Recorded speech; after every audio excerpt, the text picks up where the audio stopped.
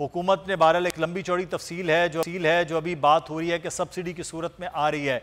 ये sir subsidy आती है तो फिर इसका मतलब है कि कुछ कीमतें कम होंगी, सूरत हाल कुछ बेहतर होगी एक आम आदमी के लिए। इकॉनमी पर क्या बात होगी हम उस पर फिर बाद में बात करते हैं कि आम आदमी को वाकई इस सब्सिडी से कोई फ़र्क पड़ेगा सर? देखिए, जब तक तो बात है टारगेटेड सब्सिडी की जो BISP के प्रोग्राम में आती है, जी। वो तो बिल्कुल वाजिब है। हम्म। लेकिन दूसरी सब्सिडीज जो हैं, उसका अगर हम कहें कि 24 करोड़ पाकिस्तानियों के ऊपर क्या इम्पैक्ट आने वाला है। देखिए, इस वक्त खुराक की कीमतें जो हमें हुकूमत अपने अदाद-ओ-शुमार बताती है, वो तकरीबन 52% एक साल पिछले एक साल में जो है वो 52% इंक्रीज उसमें आ गई। जी। तो उसमें अगर हम सोच रहे हैं कि कोई इम्पैक्ट आ जाएगा, कुछ कमी आ जाएगी, उसका नतीजा ये निकला है कि लगभग 10 करोड़ पाकिस्तानी इस वक्त जो हैं वो शराय गुर्बत से नीचे चले गए हैं। उसमें अगर आप कुछ सब्सिडी डाल दें तो आप सोचिए कि आटे में नमक के बराबर मामला हो। सही। तो डॉक्टर साहब, ये जो सब्सिडीज़ आप बात करें, बिसिप का तो चलें एक मामलात हैं वो चल रहे हैं, तो फिर ये जो लंबी चौड़ी सब्सिडीज़ का ऐलान हो रहा है, इसका फिर इम्पैक्ट अगले आने वाली हुकूमत या अगले आने वाले बजट में फिर वो किस तरह से आएगा? क्योंकि हम इतनी लंबी चौड़ी सब्सिडीज़ पहले ही दे रहे हैं, तो आगे IMF के साथ मुज़ाकरात भी हमने कर रहे हैं। जी, IMF हमेशा से ये कहता है कि टारगेटेड सब्सिडी से उसको कोई एतराज़ नहीं है। हम्म। देखिए, इसमें शक की बात नहीं कि इस साल का बजट जो है वो बहुत ही चैलेंजिंग बजट होगा। बड़ा मुश्किल होगा हुकूमत के लिए आदाद-ओ-शुमार उसमें जो है वो दुरुस्त रखना, और जो फाइनल कैलकुलेशंस हैं वो एक दूसरे से मिल जाए। उसमें एक बहुत बड़ा इशू ये है कि इस साल का, रवां साल का अगर बजट आप देखें तो उसमें कोई 5,000 अरब विफाकी हुकूमत को बचता है सूबों को देने के बाद, और 5,000 अरब की तकरीबन कर्जों की अदायगी है। तो इस साल, रवां साल, ये सिचुएशन है कि वफाकी हुकूमत के पास कर्जों की अदायगी के बाद कुछ नहीं बचता। जो 600 अरब की सब्सिडीज हैं उसके लिए हुकूमत के पास पैसे नहीं हैं। जो 1,000 अरब की ग्रांट्स हैं उसके लिए हुकूमत के पास पैसे नहीं हैं। जो 1,500 अरब का डिफेंस का बजट है उसके लिए हुकूमत के पास पैसे नहीं हैं। जो कहते हैं running of the civil government, जिसके लिए 550 अरब दरकार होते हैं, वो हुकूमत के पास पैसे नहीं हैं।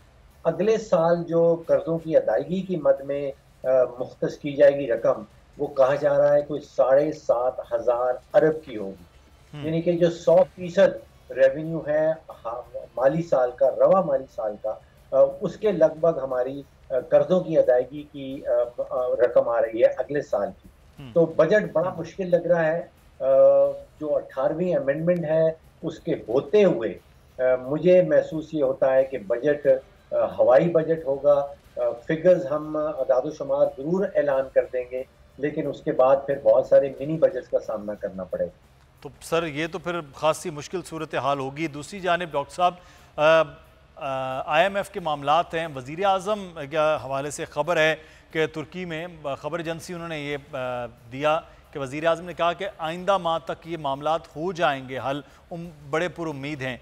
एक जानिब ये कहा गया कि इसको ऐसे ही छोड़ा जाएगा, अगले अगस्त तक जाकर मामलात किए जाएंगे। तो सर ये क्या है, IMF के बगैर अब हम हैं, अगली जो बजट है या अगला फाइनेंशियल ईयर है उसमें हम IMF की तरफ जाएंगे? सर ये हकीकत क्या है, कुछ समझ नहीं आ रही है कि एक तरफ कहा जा रहा है नहीं जा रहे, दूसरी तरफ कहा जा रहा है कि इसी महीने में उम्मीद है कि मामला तय हो जाएंगे।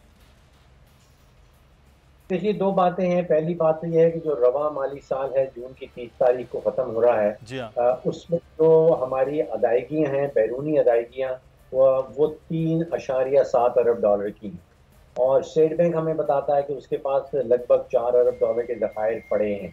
तो अभी जून 30 तक तो जो रवा माली साल है उसमें हुकूमत सोच रही है कि उसको किसी किस्म की कोई प्रॉब्लम नहीं आने वाली। लेकिन जो अगला माली साल है उसमें कोई 22-23 अरब डॉलर की बैरूनी अदायगी हमने करनी है, और मेरे ज़हन में IMF का कोई मुतबादिल नहीं है।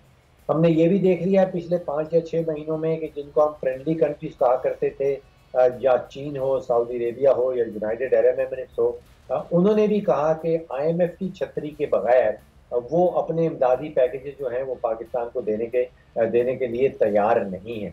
और उसकी वजह यह है कि दुनिया में जो एक वाहिद मालियाती इदारा है जिसके पास कहते हैं मॉनिटरिंग मैकेनिज्म है, और वो IMF है। तो पहले तो बाकी सारे मालियाती इदारे जो हैं वो IMF के ऊपर उनका इन्हिसार होता था। अब जो ममालिक हैं जो बायलैटरल एड देते हैं, जिसमें मैंने जैसे कहा सऊदी अरेबिया, चीन और UAE, उनका इन्हिसार भी IMF के ऊपर होने लगा है। हमारी बदकिस्मती ये है कि पिछले 5 सालों में कोई 6 वज़राए ख़जाना आए हैं, तब्दील हुए हैं, तो किसी को वक्त नहीं मिल रहा है कि वो अपनी पॉलिसी बना पाए, फिर उस पॉलिसी के ऊपर कहीं अमल दरामद हो पाए। और IMF के साथ लगभग आप सोचिए सारे ही वज़राए ख़जाना जितने भी आए हैं, उनसे कोई प्रोग्राम तश्कील नहीं दिया जा रहा है, या तश्कील देने के बाद उसके अमल दरामद नहीं हो रहा। तो मुश्किल क्या है, क्यों नहीं हो पा रहा कि पिछले 10-11 महीनों से ये नई हुकूमत जब आई, 13 माह हो गए, वो भी कह रहे थे हम बातचीत कर रहे हैं, पिछले वज़ीर ख़जाना को और बात कर रहे थे, अब वज़ीर ख़जाना को और बात कर रहे हैं, तो क्या वजह है, क्यों नहीं पा रहा?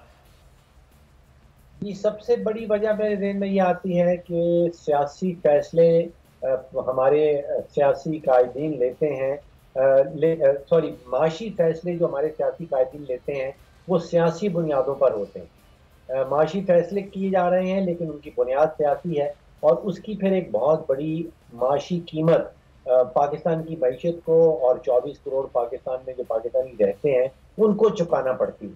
आप देखिए कि फरवरी 2022, अगर आप याद कर रहे हैं, शायद 28 फरवरी की वो दिन था जब साबिक वज़ीर आज़म ने अचानक टीवी पे आके ऐलान कर दिया कि वो डीजल और पेट्रोल के ऊपर 10 रुपए फी लीटर की सब्सिडी देंगे।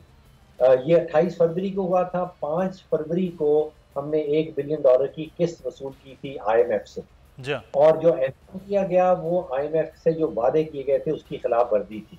तो पैगाम ये जाता है कि वज़राए ख़जाना आते हैं, IMF से वादा करते हैं, वादों के बाद जब किस्त वसूल कर ली जाती है फिर उन वादों की खिलाफ वर्जी कर दी जाती है।